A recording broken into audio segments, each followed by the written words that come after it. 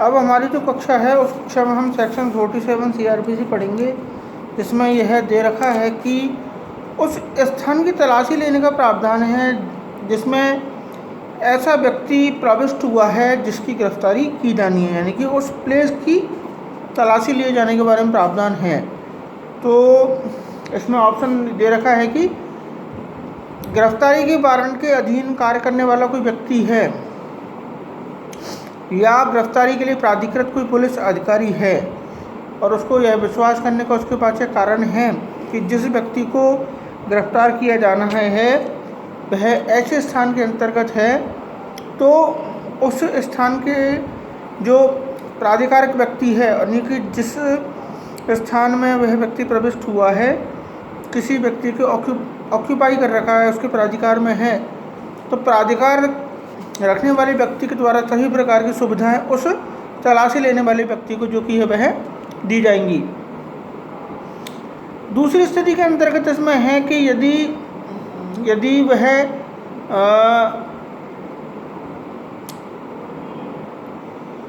किसी निवास स्थान के अंतर्गत या गृह के अंतर्गत खिड़की को तोड़ करके कि भी है प्रवेश कर सकता है, लेकिन अब उसमें कुछ हमारी बाध्यताएं हैं। वो हैं कि यदि ऐसा मकान किसी स्त्री के अधिभोग में है, अर्थात ऐसा कमरा किसी स्त्री के अधिभोग में है जो रूढ़िगत प्रथा के अनुसार बाहर नहीं आ जा सकती है, तो ऐसी स्थिति के अंतर्गत वह उस महिला को सूचना देगा कि वह उस कमरे से हट जावे और उसके बाद ही उस कमरे को वह तोड़ सकता है, खोल सकता है और उसमें प्रवेश कर सकता है। 47 सब क्लॉज 3 के अंतर्गत यह प्रावधान किया गया है, कोई भी पुलिस अधिकारी गिरफ्तार करने के लिए प्राधिकृत कोई अन्य व्यक्ति है किसी गृह का या स्थान का कोई बाहरी या भीतरी द्वार या खिड़की अपने को या किसी अन्य व्यक्ति को गिरफ्तार करने के प्रयोजन से विधिपूर्वक प्रवेश करने के पश्चात मुक्त करने के लिए वह तोड़ करके उसको खोल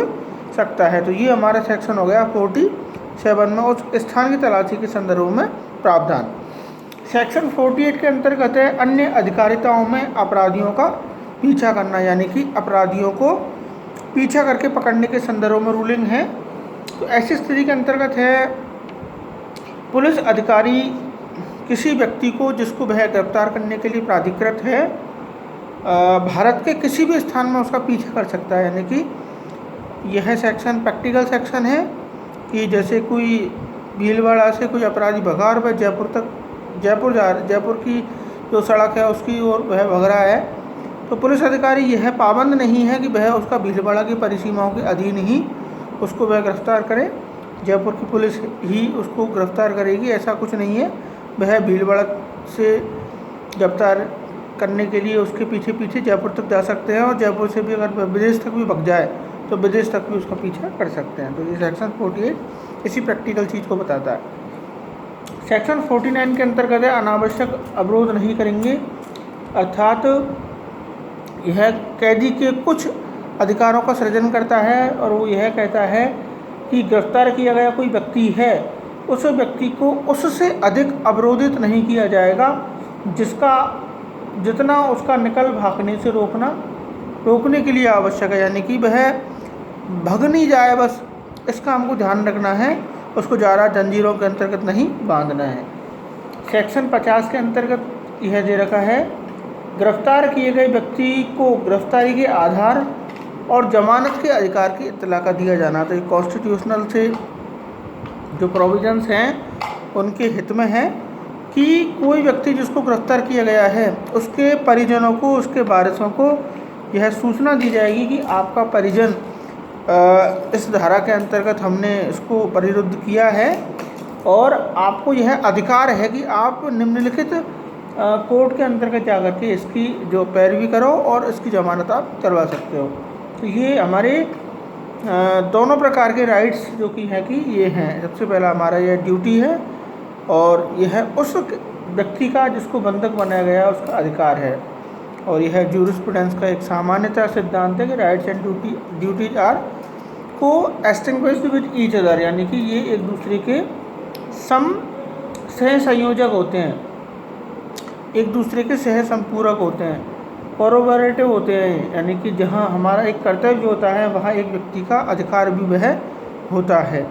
तो इसी को ध्यान में रखते हुए यह सेक्शन बनाया गया है।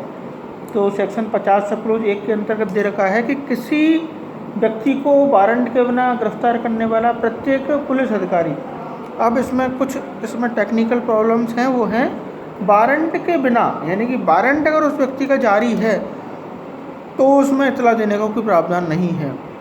और वारंट के बिना, यानी कि वह बिना वारंट के गिरफ्तार किया गया है, असंज्ञेय मामलों में वह गिरफ्तार किया गया है, क्योंकि संज्ञेय मामलों में वारंट जारी किया जाता है। तो असंज्ञेय मामलों में उस व्यक्ति को गिरफ्तार किया गया है, वारंट के बिना उसको गिरफ्तार किया गया है, कि प्रत्येक पुलिस अधिकारी या अन्य व्यक्ति उस अपराध की जिसके लिए वह गिरफ्तार किया गया है पूर्ण विशिष्टियाँ और उस गिरफ्तारी के आधार को तुरंत प्रभाव से संसूचित करेगा, कम्युनिकेट करेगा।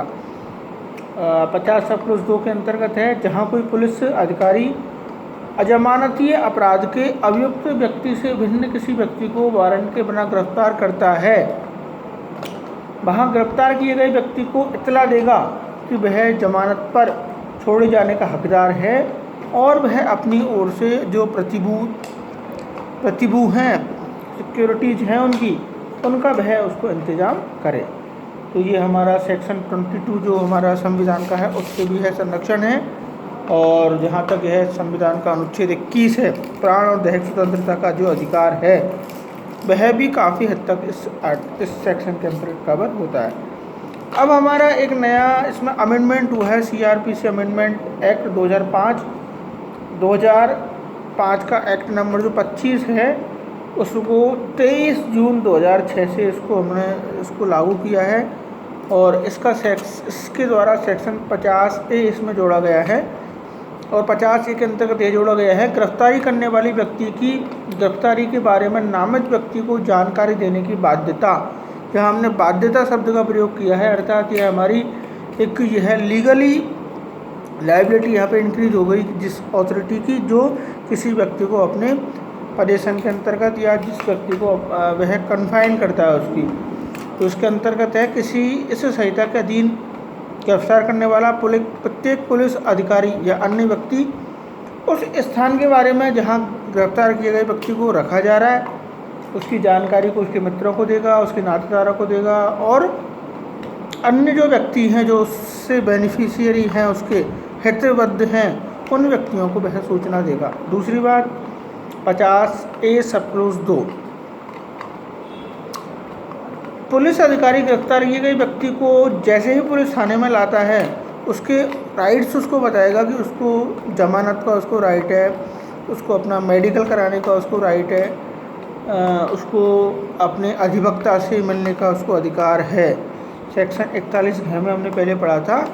कि अधिवक्ता से मिलने का अधिकार उसका एक पर्सनल अधिकार है, व्यक्तिगत अधिकार है, लेकिन संपूर्ण पूछताछ के दौरान अधिवक्ता का होना जरूरी नहीं है, यह भी उसमें कुछ लिमिटेशंस हैं। 50 सब क्लोज 3 के अंतर्गत है कि इस तथ्य की प्रविष्टि की गिरफ्तार किए गए व्यक्ति की इतला किसको दी गई है, पुलिस थाने में रखी जाने वाली कोई पुस्तक है उस पुस्तक के अंतर्गत जो भी है लिखी जाएगी और ऐसी पुस्तक स्टेट गवर्नमेंट के द्वारा विहित की जाती है। और 50 सब क्लोज 4 जुडिशल मजिस्ट्रेट के लिए इम्पोर्टेंट है, वो यह है कि उस मजिस्ट्रेट का जिसके समक्ष ऐसा गिरफ्तार किया गया व्यक्ति लाया गया है, पेश किया गया है, उसका यह कर्तव्य होगा, उसकी यह ड्यूटी होगी कि वह अपना यह समाधान करे कि उपधारा 2 और उपधारा 3 की अपेक्षाओं का अनुपालन किया गया है, अर्थात उसके राइट्स के बारे में उसको बताया गया है और जिस व्यक्ति को इतला दी गई है उस इतला का उस व्यक्ति को जिसको वह दी गई है उसका हमने उस बुक के अंतर्गत जो स्टेट गवर्नमेंट ने दी है उसमें इंदराज किया है। इसमें केस भी एक इम्पॉर्टेंट है, 2011 सुप्रीम कोर्ट का केस है, साध्वी प्रज्ञा सिंह ठाकुर बनाम स्टेट ऑफ महाराष्ट्र। इस के अधीन यह सुप्रीम कोर्ट ने निर्धारित किया गया है कि गिरफ्तारी की जो सूचना है वह पुलिस अधिकारी को या गिरफ्तार करने वाला कोई व्यक्ति है उस व्यक्ति को गिरफ्तार किए गए व्यक्ति के नामित व्यक्ति के द्वारा, यानी नॉमिनेटेड पर्सन